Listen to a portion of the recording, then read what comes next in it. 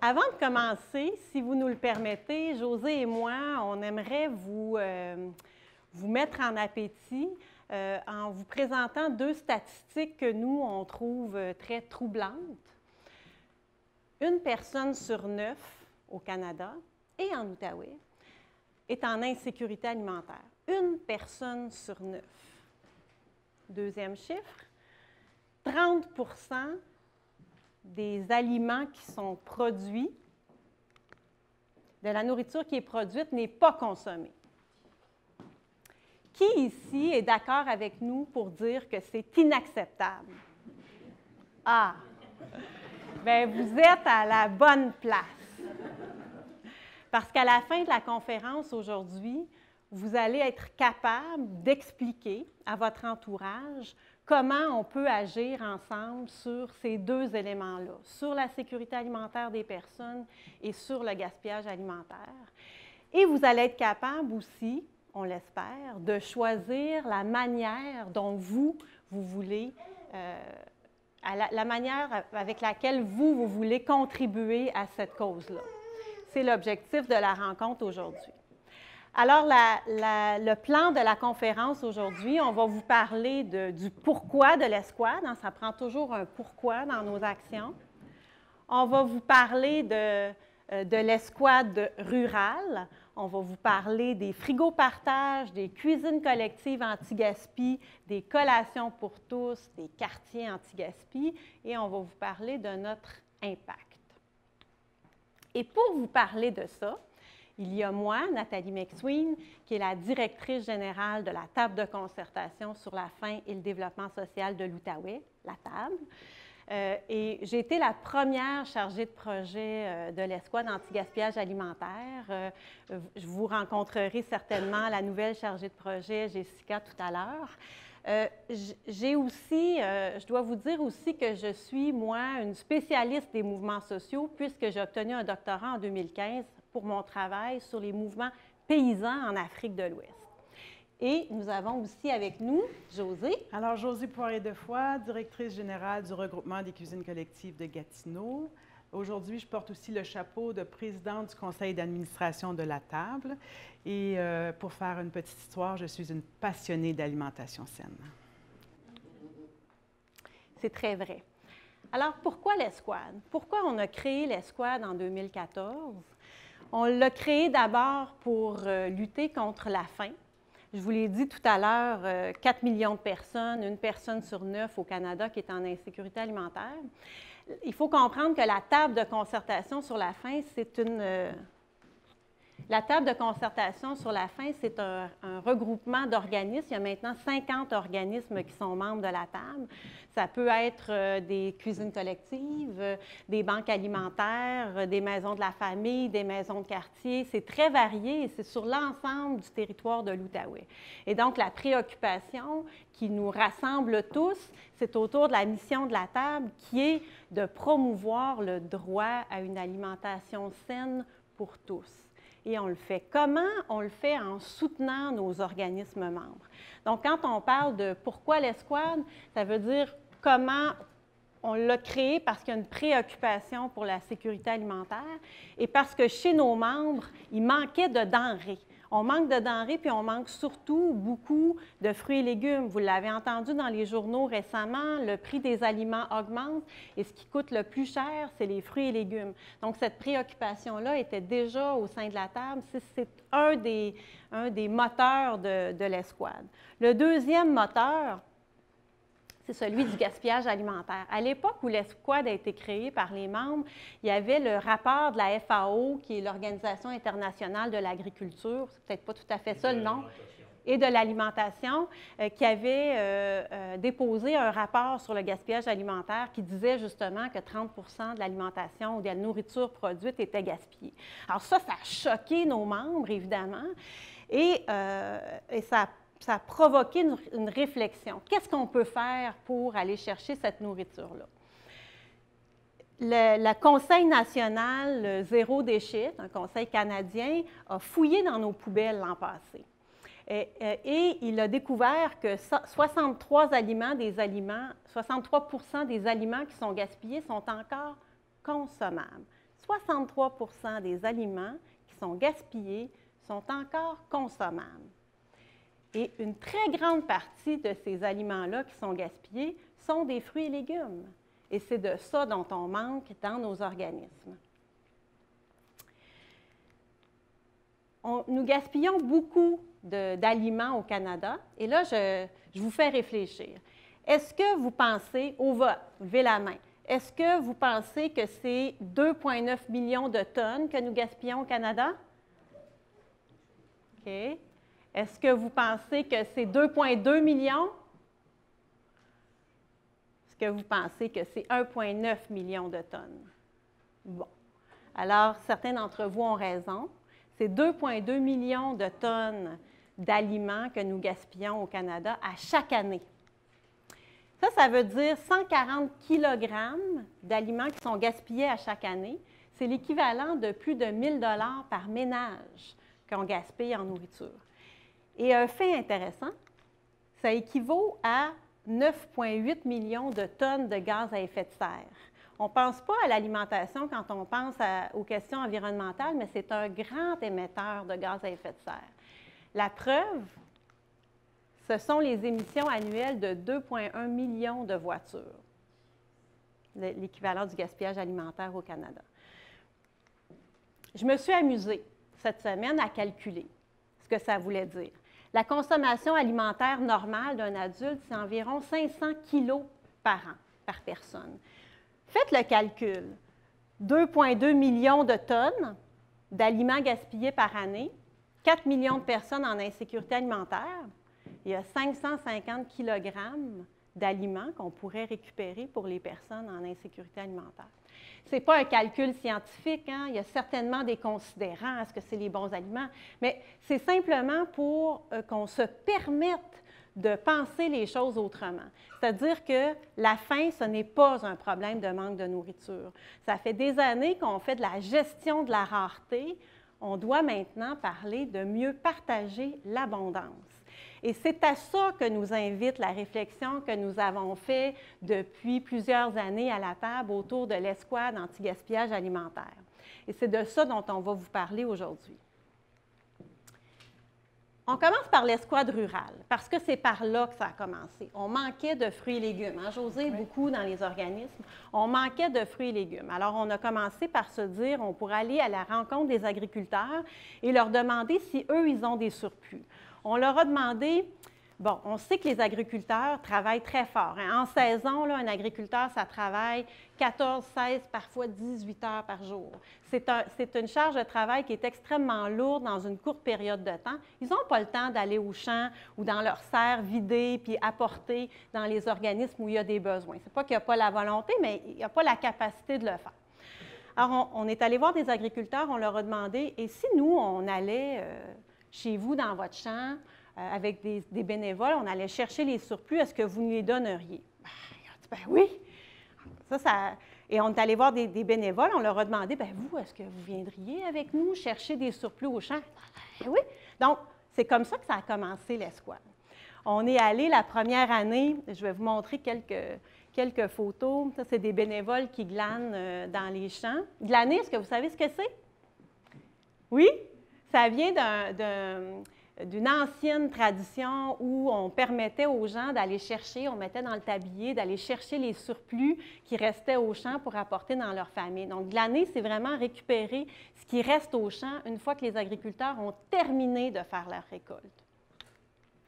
Donc, c'est ce qu'on fait avec l'escouade rurale. La première année qu'on a parti l'exercice, le projet, on avait 7 ou 8 agriculteurs partenaires. On a récupéré 7 tonnes déjà en une année, puis déjà autour de 75 bénévoles à l'époque. Maintenant, on est rendu à la 5e saison. On a récupéré en 5 saisons. Je vais attendre d'arriver. En 5 saisons, on a récupéré 100 tonnes. 100 000 kilos de fruits et légumes de très haute qualité et de très haute valeur nutritive qui ont été récupérés grâce à plus de 200 bénévoles en Outaouais. 29 fermes partenaires, 3 marchés publics. Vraiment un énorme succès. Moi, j'ai envie qu'on leur donne une bonne main d'applaudissement.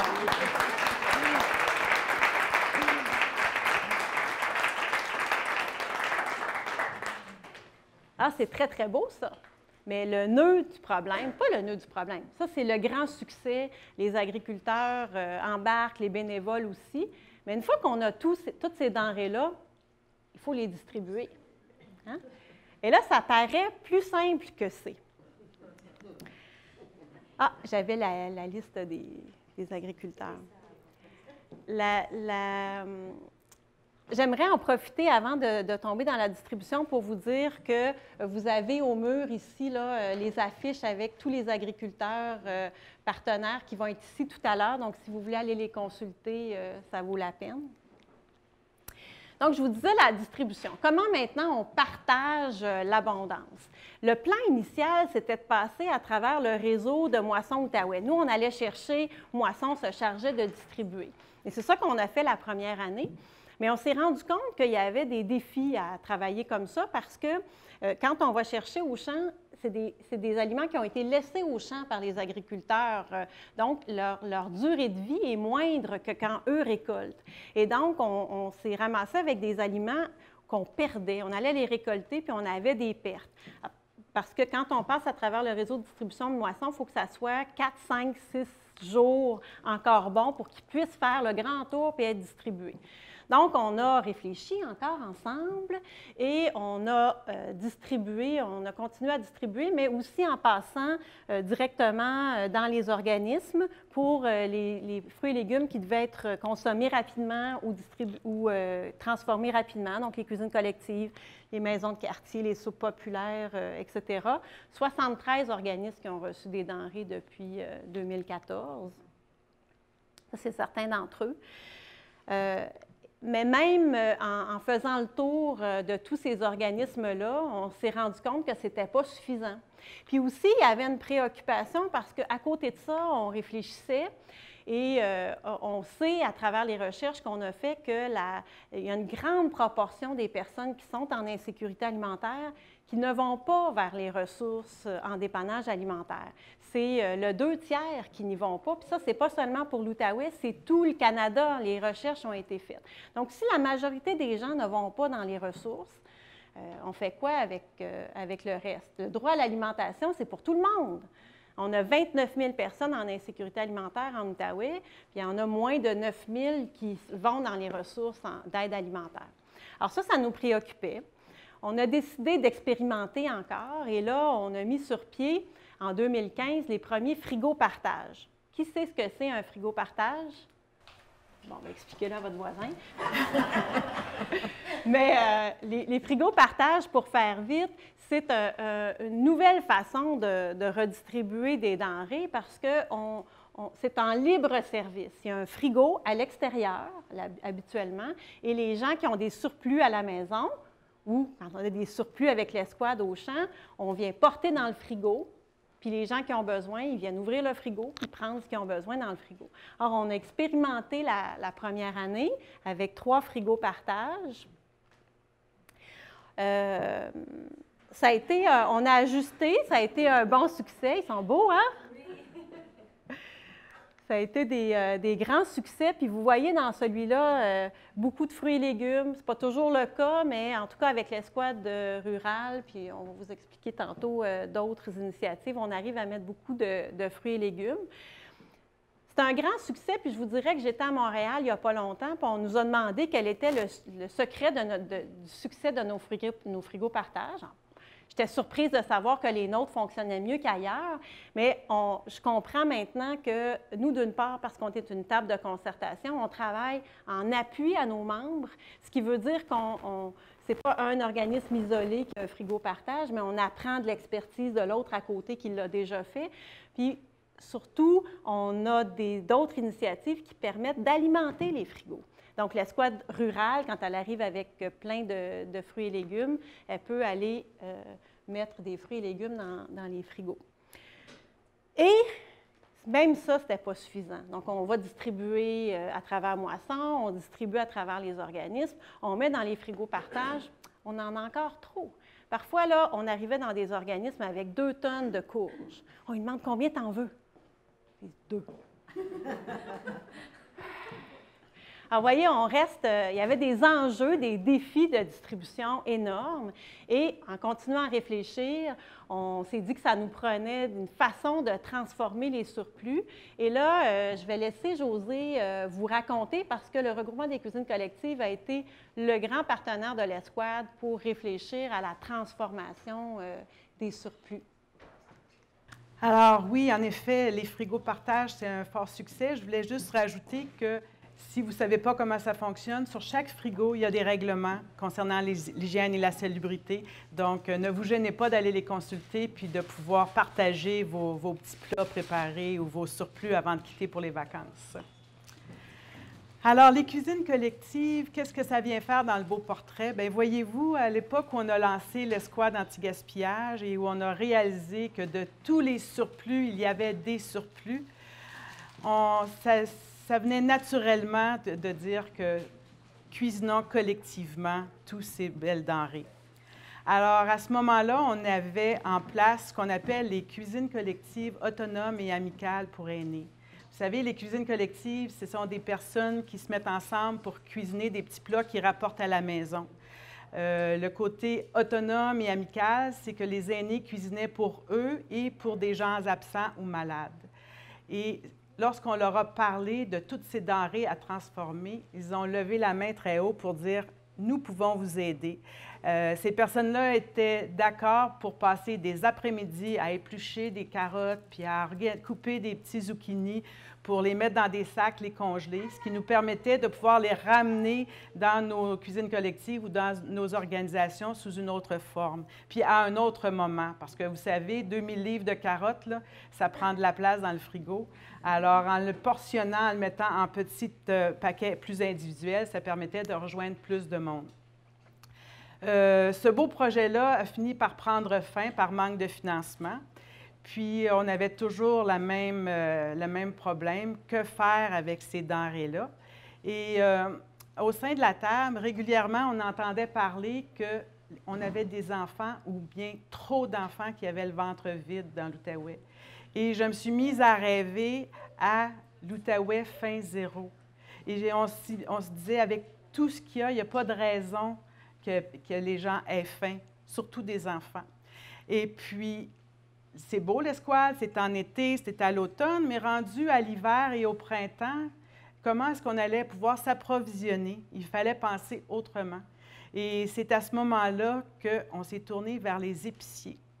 Un, entre autres, qu'on est allé voir et qu'on lui a posé la question, aimeriez-vous pouvoir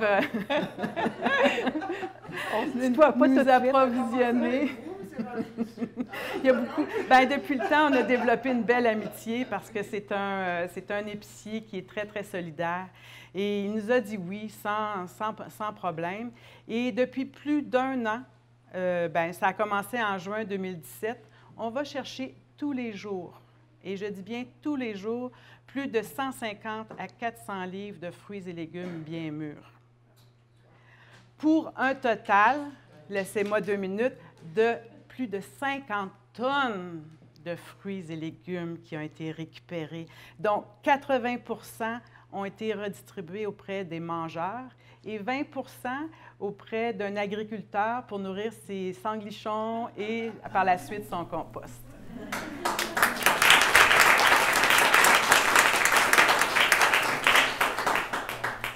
Alors, l'Escouade urbaine était née. Et de ça est arrivé, on a connu les succès de l'Escouade rurale, mais là, il y avait les défis de l'Escouade urbaine, parce que tous les jours, ça veut dire d'avoir des bénévoles qui se pointent à la même heure, du lundi au dimanche, pour récupérer, transporter les boîtes de bananes, parce que, je ne sais pas, on voit une photo plus loin. Voyez-vous, nous, on parle en termes de boîtes de bananes. Alors, on récupère chaque journée entre 10 et 25 boîtes de bananes, qui sont des boîtes surprises, qui sont une boîte noire. On doit improviser à chaque moment pour savoir comment les transformer. Puis comme on a rarement le financement pour acheter beaucoup d'aliments complémentaires, il fallait prototyper des recettes pour faire des collations agréables au goût et nutritives, bien entendu. Et pour ce faire, ça ne se faisait pas tout seul. On a eu des centaines de bénévoles, pour ne pas dire plus de 200 bénévoles qui sont venus mettre l'épaule à la roue pour nous aider à transformer ça. Et 200 bénévoles qui ont transformé, cuisiné 10 000 collations, 1 500 par semaine pour nourrir 800 enfants de 2 écoles primaires d'un quartier. Puis on a complémenté ça avec l'aide aux devoirs de maisons de quartier, de maisons de famille, de tout ce qui pouvait avoir faim dans notre quartier a pu profiter des denrées qu'on avait. Le tri, c'est un art, la transformation est un autre, la distribution est tout aussi importante. Alors, c'est un ensemble de facteurs qui fait qu'on peut continuer à faire ça. J'ai évalué l'an passé, s'il avait fallu payer en argent le montant de ce que ça coûtait comme employé, seulement au prix minimum, au salaire minimum, ça aurait coûté plus de 100 000 $. Alors, personne ne peut se permettre de dépenser autant d'argent pour nourrir les enfants en ce moment. On rêve d'un avenir futur où ça sera possible, mais à ce moment-ci, c'était tout basé sur le bénévolat. J'aimerais souligner oui. qu'aujourd'hui, le 5 décembre, c'est la Journée internationale des bénévoles. Oui. Ça vaut la peine de le souligner.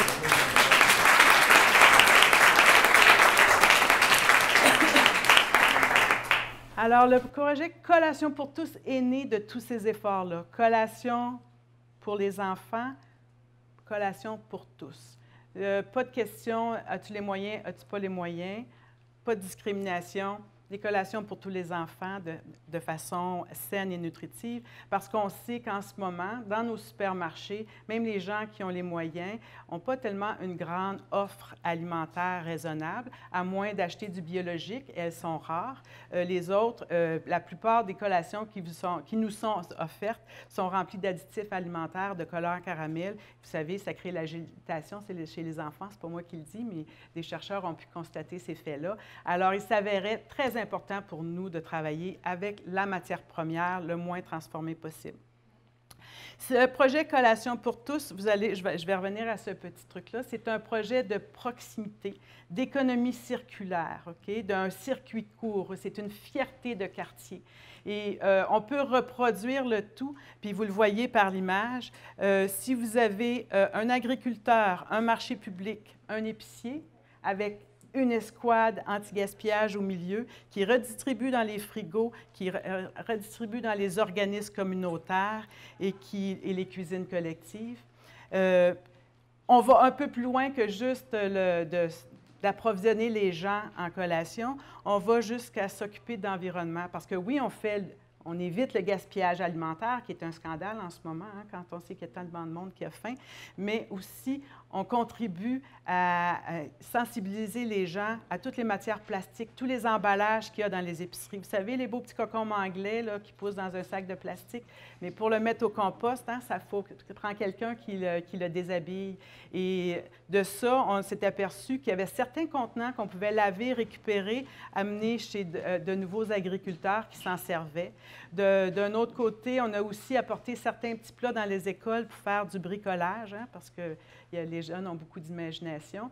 Et on a recyclé ce qu'on ne pouvait rien faire avec. Puis ce qu'on ne pouvait rien faire avec, là, ça allait en un petit sac de vidange. Alors, on était très, très fiers de pouvoir contribuer dans un programme complet. Alors, si vous avez un épicier, une école, un organisme communautaire, vous pouvez reproduire ce modèle et faire en sorte que les quartiers anti-gaspi vivent de plus en plus.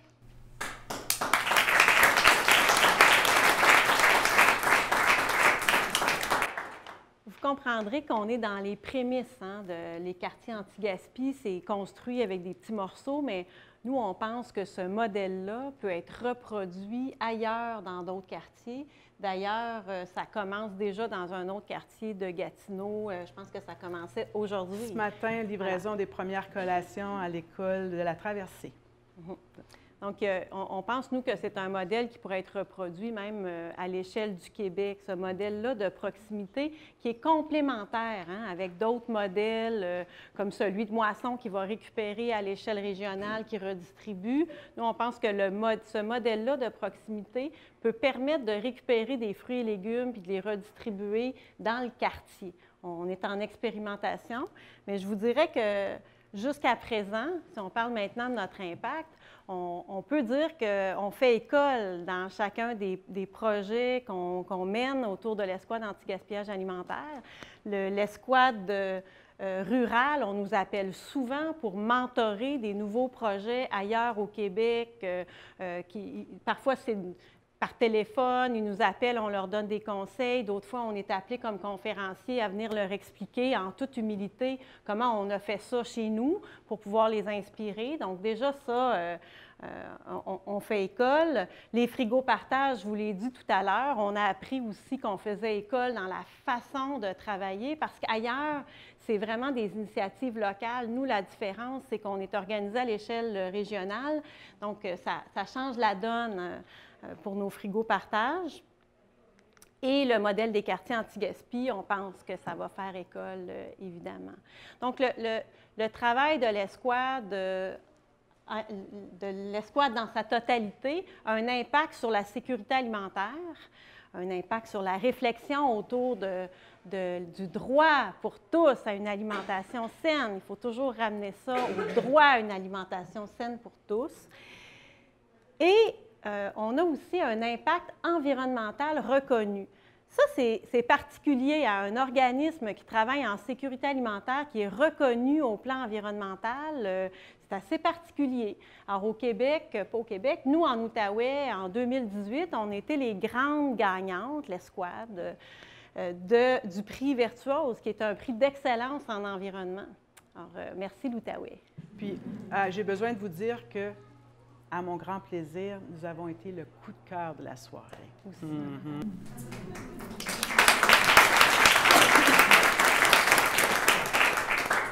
On était très touchés. Honnêtement, on était très touchés.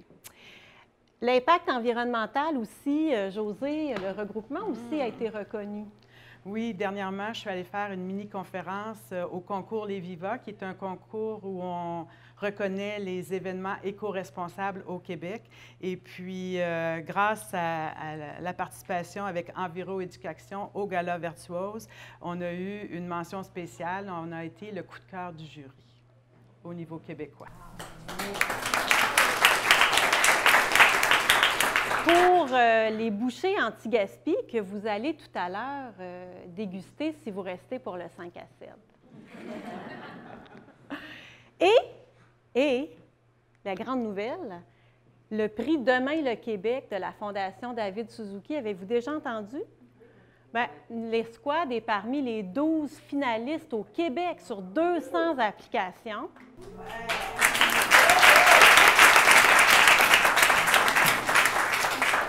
Il y aura un jury qui va décider, un peu comme les virtuoses du prix, qui va gagner le prix, mais il y a aussi un prix coup de cœur. Alors actuellement, on est dans les 3 meneurs. Nous étions soit 2e ou 3e tout à l'heure. Je vous invite à aller voter en grand nombre, à dire à tous vos amis de voter. Alors voilà, si vous voulez nous encourager, c'est facile à trouver, davidsuzuki.org. Alors voilà. Dans la nouvelle aussi. Oui, absolument. Alors, bien sûr, avant de terminer, il faut toujours remercier nos bénévoles, comme nous l'avons fait un peu plus tôt, comme on va le faire plus tard, mais aussi, ces actions-là ne se font pas sans financement. Alors, nos bailleurs de fonds sont très, très importants. Vous savez, on a eu la chance d'avoir comme collaborateur Desjardins qui a permis d'acquérir la camionnette de l'escouade. Recycle Québec qui a cru en notre projet, qui a investi pour payer du matériel. La Ville de Gatineau qui nous permet de placer nos frigos de façon facilement, hein, que ce soit simple pour nos organismes communautaires. Et bien entendu, le Centre intégré des services sociaux de l'Outaouais et la concertation Saines habitudes de vie qui nous permettent de payer des ressources humaines, hein, qui sont si précieuses. Et on a eu le plaisir, le grand plaisir de recevoir un beau montant de 100 degrés pour nos initiatives. Alors, je vous remercie infiniment de vous être déplacés. Je vous remercie de vous impliquer parce que je vois plein de visages connus, souriants. Je suis très contente. Mais j'aimerais vous rappeler que la révolution des quartiers anti-gaspi est commencée et que le droit à une saine alimentation, c'est pour tous.